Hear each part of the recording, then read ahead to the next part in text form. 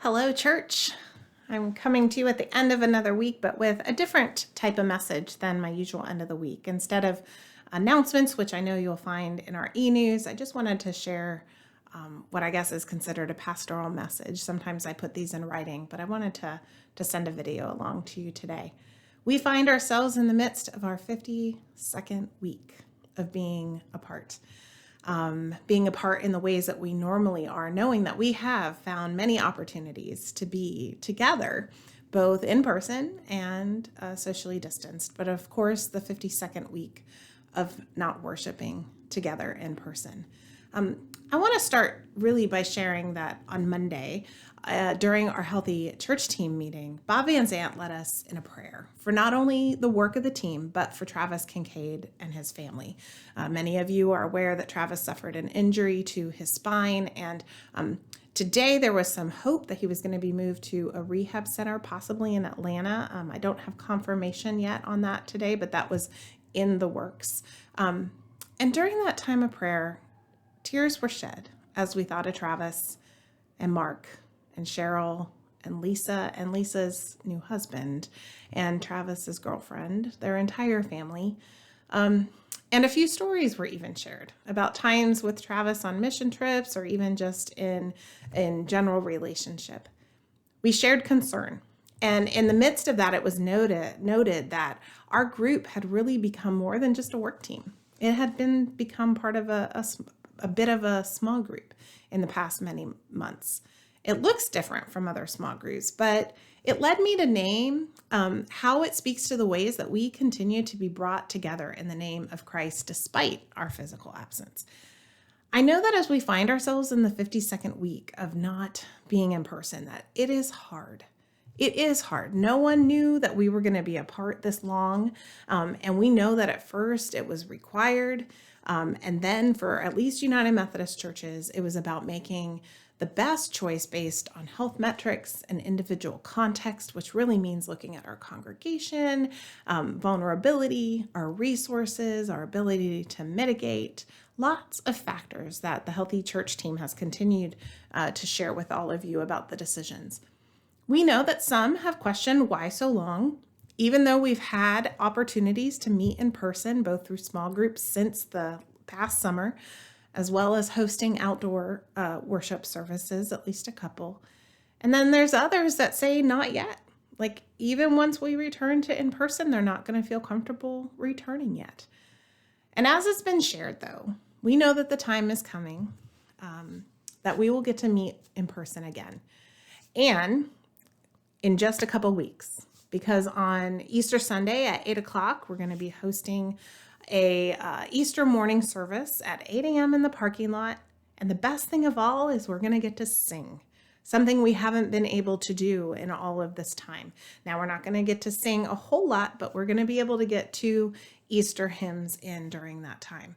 It'll be a bit of a shorter service because it's going to be in addition to what we're offering at 10 o'clock on Easter morning. But there'll be more information coming about that. But also, you have a survey in your hands, hopefully, that was sent out earlier this week, and it's meant to help us along in the planning and the decision about resuming in-person worship on a regular basis.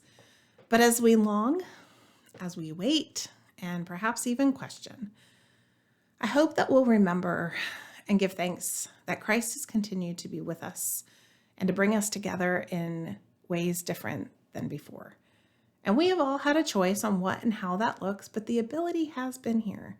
And perhaps for some of us, we now have a renewed understanding of what the church is and what it means in our lives, that perhaps it's not just a building and sitting in pews.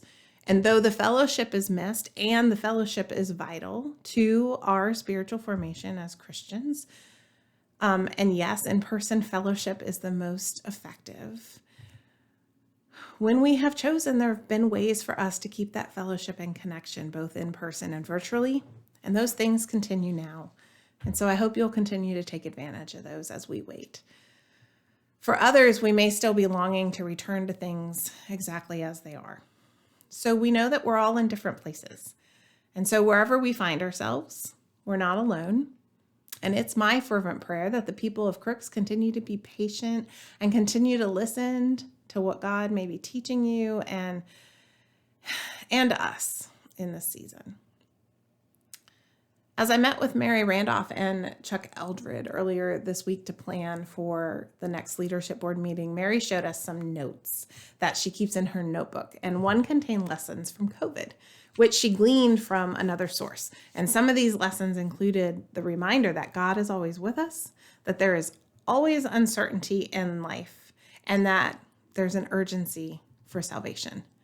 Now, uncertainty can leave us unsettled, but I can't help but think that that isn't where God does the greatest work in and among us, in the unsettledness. I mean, we can think about what we've been learning in worship over the last few weeks and observing how God used the unsettledness of the Israelites amid the wilderness to prepare them and to shape them and to mold them. And of course, Jesus did that with his words and actions. He unsettled. He came to show a different way.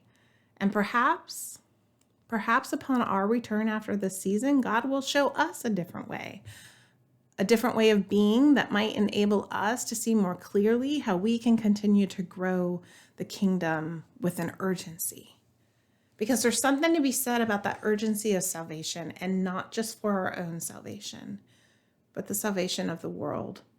The salvation of the souls that God placed, and our responsibility because of where God has placed us as a church. And I pray that we'll have that sense of urgency when we return, knowing that God calls each of us still, no matter how old we are, how long we've been here, and that there's some way, big or small, for us to be a part of that kingdom building work. And that's something that we'll continue to focus on.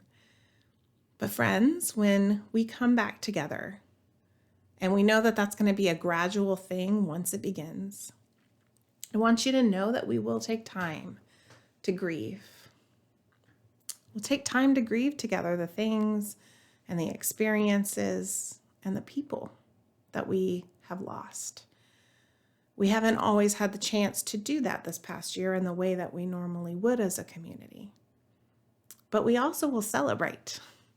We will celebrate the things that we have seen and the things we've experienced and the things that we have accomplished in the name of Christ, just like the 45 bags of food that went to the food pantry this past week because of your efforts together.